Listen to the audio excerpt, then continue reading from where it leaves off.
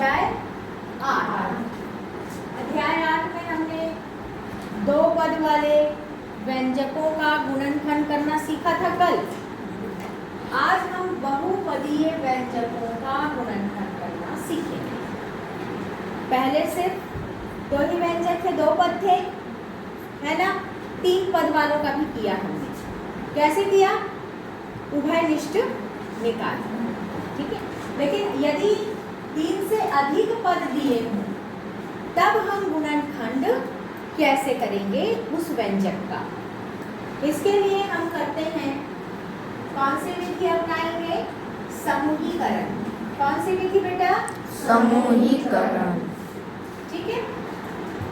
ये थोड़ा सा टिपिकल रहेगा उन लोगों के लिए, लेकिन फिर भी बहुत ज्यादा कठिन नहीं है। सिर्फ ध्यान से देखें कि उभयनिष्ठ कैसे निकालना है। उभयनिष्ठ निकालना तो सीखे थे ना, है ना। अब तुमको ये देखना है कि कौन सी संख्या पास लेकर आनी है जिसमें वो उभयनिष्ठ संख्या उपस्थित हो। तो यहाँ पे एक छोटा सा एक उदाहरण हम बता रहे हैं, पढ़ेंगे। ax धन by धन ay धन bx। ये एक व्यंजक आपको दिखाई दे रहा है, बीजी व्यंजक, है ना। लेकिन ये बीजी व्यंजक कैसा है? बड़ा है ना। 1 2 3 4 कितने इसमें पद हैं? 4 पद हैं। तो ऐसे पद वालों के जो गुणनखंड निकालने के लिए हम कौन सी विधि अपनाते हैं? समूहीकरण विधि अपनाते हैं। अब इस संख्या में आप देखिए, यदि मैं इन दोनों पद को देखूं तो क्या दोनों में ऐसी कोई संख्या दिखाई दे रही है? कोई जो दोनों में कॉमन है, उभयनिष्ठ है, दिख रहा है? ये a है, ये x है, ये b है और ये y है, अलग अलग है। लेकिन यदि इसकी और इसकी तुलना करूं, मैं ये वाले और ये वाले पद की तुलना करूं, तो इसमें दोनों कौन सा कॉमन फैक्टर दिखाई दे रहा है बेटा? a, ठीक है। और इन दोनों की तुलना करूं तो कौन सा कॉमन फैक्टर दिखाई दे रहा है आपको? b, ठीक है। तो हम क्या करेंगे? ax धन ay को साथ में लिख देंगे। साथ में लिखने में कोई परेशानी है? यदि धन और ऋण हो, 2 संख्याओं के बीच में क्या हो? धन और ऋण हो, तो हम उसको अलग अलग ऐसे एक साथ ऐसे समूह बनाकर रख सकते हैं। समझ में आया? उससे कोई भी परिवर्तन नहीं आता है, ठीक है। संख्या के मान में कोई भी परिवर्तन नहीं आता है यदि संख्याओं के क्रम को हम क्या करते हैं? बदल देते हैं, ठीक है। तो मैंने क्या किया? ये तीसरे नंबर में था, उसको मैंने कितने नंबर में रख दिया बेटा? दूसरे नंबर में रख दिया। लेकिन इसके मान में कोई भी परिवर्तन नहीं आएगा। अब मैं दूसरे नंबर, ऊपर वाले में दूसरा नंबर वाला है by धन bx। अब बराबर का चिन्ह लगाऊंगी। इन दोनों में कौन सी चीज है जो उभयनिष्ठ है? a। उसे मैं बाहर निकाल के कोष्ठक कर दूंगी, तो अंदर में क्या बचा बेटा? x। बीच में क्या बचा? धन। फिर क्या बचा? y। फिर धन बाहर, दोनों धन है इसलिए ये भी क्या हो जाएगा? धन ही रहेगा। दोनों में से कॉमन फैक्टर क्या है? b। मैंने b बाहर निकाल दिया। अब अंदर में क्या बचा? y धन x, ठीक है। y धन x बचा यहाँ पे। अब y धन x को हम क्या ऐसा लिख सकते हैं?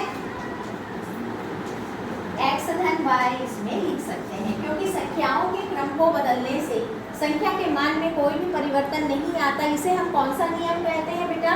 क्रम विनिमय नियम। कौन सा नियम? क्रम विनिमय नियम। क्रम को बदल दें तो भी मान में कोई अंतर नहीं आता है। वो किसके लिए सत्य होता है? योग। तो ये योग है दोनों के बीच में, y और x, तो हम x को पहले ले गए और y को पहले ले गए। अब हम एक चीज और देख पा रहे हैं, ये जो अंदर में आया है वो दोनों समान आया है। तो आप लोग जब भी कोई सवाल बनाएंगे समूहीकरण विधि से, तो ये ध्यान में रखना कि कोई भी संख्या को उभयनिष्ठ निकाले तो अंदर में वही संख्या आनी चाहिए। समझ में आ रहा है?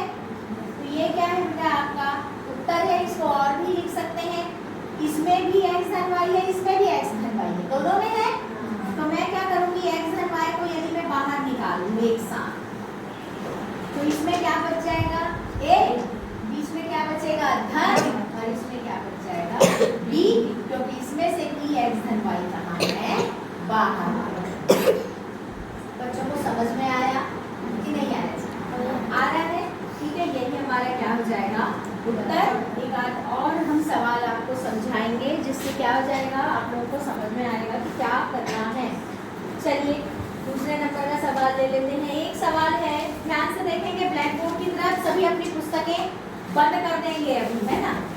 2x की घात 2 ऋण 6y धन 4x की घात 2y ऋण 12y की घात 2। ये एक सवाल है। ये वाला सवाल तो सरल था, लेकिन इस सवाल ये भी सरल है, सिर्फ इसमें क्या है अंक भी दिए हैं। तो आपको अंक को भी ध्यान में रखना है और उभयनिष्ठ संख्या कौन सी रहेगी जिसके हिसाब से हम क्या करेंगे, इसको जमाएंगे, ये भी आपको ध्यान में रखना है। अब इसमें कितने पद हैं, 1 2 3 और ये 4। तो 4 पद है, तो फिर से कौन सी विधि अपनाएंगे इसको करने के लिए, हम समूहीकरण। कौन सी विधि बेटा, समूहीकरण की विधि अपनाएंगे, हल लिखेंगे। अब ध्यान से देखेंगे इन संख्याओं को, ये पहले नंबर पे, ये दूसरे, ये तीसरे और ये चौथे। अब मैं इन दोनों की तुलना करूंगी। इसमें जो बीजी व्यंजक है, पहले वाले में बीजी व्यंजक कितना दिया है 6 है और x की घात 2, और दूसरे वाले में क्या है बेटा y है। तो इसमें से निकालना उचित रहेगा कि इसमें से 4x की घात 2, इसमें से निकालना उचित रहेगा ना। क्यों? क्योंकि इसमें भी x की घात 2 है और इसमें भी x की घात 2 है। तो मैं क्या करूंगी, तीसरे नंबर वाली संख्या को जमाते समय में 2x की घात 2 धन 4x की घात 2y को मैं पहले लिख दूंगी। समूह बनाना, बिखरे हुए चीजों का समूहीकरण, ठीक है। क्योंकि ये एक ही तरह की दिखाई दे रही है, इसलिए हम उसको क्या किए, एक साथ किए। इसी को क्या कहते हैं बेटा, समूहीकरण, ठीक है। यहाँ तक आया समझ में। उसके बाद मैं ये वाली संख्या छूट गई है, तो इसके चिन्ह सहित मैं लिखूंगी ऋण 6y ऋण 12y की घात 2, ठीक। अब इसमें क्या कॉमन है, 2 दोनों में है, 2 दूनी 4 2 एकम 2, इसमें भी 2 है, इसमें भी 2 है। तो मैं 2x की घात 2 को बाहर निकाल, ठीक। यहाँ 2x की घात 2 पूरी की पूरी बाहर निकल गई, तो सिर्फ इसमें क्या बचा बेटा, 1, ठीक। क्योंकि 1 यहाँ पे छुपा हुआ है। अब बीच में कौन सी संख्या है, धन। मैंने इसमें से 2 निकाल दिया है, तो क्या बच गया 2, और यहाँ पे बचा y, क्योंकि x की घात 2 को भी मैंने बाहर निकाल दिया है। आ रही है समझ में? कितने बच्चों को आ रही थी समझ में? एनी कंफ्यूजन है अभी? नहीं है, है ना। उसके बाद हम किधर आते हैं, बाद वाली संख्या, ये हल कर लिए। यहाँ पे मैं देख रही हूँ इसमें भी ऋण है, इसमें भी ऋण है, तो मैं दोनों में से ऋण को बाहर निकाल देती हूँ, ठीक। अब इसमें 6 है, इसमें 6 है क्या, नहीं है, 12 में 6 है ना, 6 दूनी 12। तो मैं क्या करूँगी, एक 6 इसमें से बाहर निकाल दी, और इसमें भी y है, इसमें भी y है, तो मैं 6y को बाहर निकाल दी। 6y मैं बाहर निकाल दी, तो यहाँ पे क्या बचा है, सिर्फ y। अब चूंकि मैं ऋण इसमें से बाहर निकाल चुकी हूँ, तो यहाँ क्या हो जाएगा आपका धन, और यहाँ कितना बच जाएगा, 6 दूनी 12, 1y मैंने बाहर निकाल दिया है, तो 1y बच गया। तो हमारा उभयनिष्ठ क्या हुआ, 1 धन 2y, 1 धन 2y, दोनों में 1 धन 2y है। तो अब मैं क्या करूंगी, 1 धन 2y को मैं उभयनिष्ठ निकाल दूंगी, क्योंकि इसमें भी 1 धन 2y है, इसमें भी 1 धन 2y है, ठीक है। बाहर निकालने के बाद इसमें क्या बचा बेटा, 2x की घात 2 और ऋण 6y। ये आपका क्या है, आंसर है। ठीक है, क्लियर, ये समझ में आया? और कोई कंफ्यूजन है इसमें? एक सवाल हम और बता देते हैं, ठीक है? सवाल पढ़ोगे, उदाहरण नंबर, कौन सा उदाहरण है देखो, अर्शिता पढ़ो।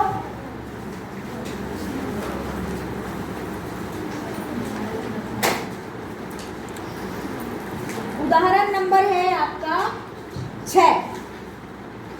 2xy धन y, चलो बोलना बोलते जाना, चलो 2xy धन y धन 2। इसमें भी कितने पद हैं? 4 पद, ठीक है?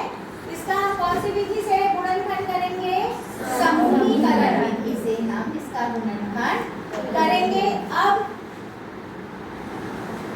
इसको दो तरीके से हल करेंगे, बैठ जाओ, चलिए बिना समूहीकरण के हल करते हैं। इसमें भी y है, इसमें भी y है, y बाहर निकल गया तो इसमें क्या बचा? 2x धन 1 बचा, और इसमें 2 बाहर निकाल दिए, यहाँ से 2 बाहर निकल गया तो क्या बचा? 2x धन, इसमें से 2 बाहर निकल गया तो क्या बचा? 2 तो 1 बचा। 2x धन 1 इसमें भी है, 2x धन 1 इसमें भी है। 2x धन 1 को मैंने उभयनिष्ठ निकाल दिया तो इसमें क्या बचा बेटा? y, और इसमें क्या बचा? एक मेथड है, इसी को दूसरे मेथड से कैसे हल करेंगे देखो। 2xy धन y धन 4x धन 2, ठीक है? अब इसमें एक से इसमें एक से दोनों को एक साथ लिख लेंगे। 2xy धन 4x, ठीक, धन y धन 2, ठीक है? अब इसमें भी 2 है, इसमें भी 2 है, 2 बाहर निकाल दिए, इसमें भी x है, इसमें भी x है, एक x बाहर निकाल दिए, इसमें से 2 बाहर निकल गया, इसमें से x बाहर निकल गया तो क्या बचा बेटा? सिर्फ और सिर्फ y बचा, ठीक? अब इसमें से मैंने 2 बाहर निकाल दिया है तो कितना बच गया? 2। x भी बाहर निकाल दिया है तो यहाँ पे x नहीं है, ब्रैकेट क्लोज्ड। अब यहाँ पे कोई भी चीज बाहर निकालने लायक नहीं है, मतलब सिर्फ क्या है यहाँ पे? y। इसमें से 1 बाहर निकाले तो y, इसमें से 1 बाहर निकाले तो 2। 2 एकम, समझ में आ रहा है? अब देखो अंदर में y प्लस 2 आ गया है ना? y प्लस 2 को यदि मैंने बाहर निकाल दिया तो कितना बच गया बेटा? 2x धन, ये क्या है आपका? आंसर है। दोनों तरफ कुछ भी कर सकते हैं, ठीक है? 2 मेथड देखिए इसमें, इसको भी कर सकते हैं, या तो क्रम को बदल के कर सकते हैं या बिना क्रम को बदले भी कर सकते हैं, ठीक है? कोई कंफ्यूजन है? बंद कर दो। प्रश्नावली कौन सी कर रहे हैं अपन? 8.2। 8.2 का कौन सा वाला सवाल है बेटा? प्रश्न 3 क्या है? समूहीकरण विधि से हल करना है, गुणनखंड करना है समूहीकरण विधि से, ठीक है? इसमें से पहला सवाल है A, 2x की घात 2y धन 6x की घात 2y धन 4x धन 12y। इस सवाल को भी 2 मेथड से कर सकते हैं। चलिए फर्स्ट मेथड हल, चाहे तो डायरेक्ट ले ले, इसमें भी 2 है, इसमें भी 2 है, 2 बाहर निकाल लिया मैंने, इसमें भी x की घात 2 है, इसमें भी x की घात 2 y वही बाहर निकल गया तो क्या बचा? सीखा यहाँ पे 1, और यहाँ पे क्या बचा बेटा? भूमि शेष। तो ये गलत उतारी हूँ क्या सवाल को? सवाल तो ऐसे ही है, ये सवाल ना कुछ गड़बड़ दिया है लग रहा है, ठीक है। इसमें ना ये सवाल ऐसा होगा,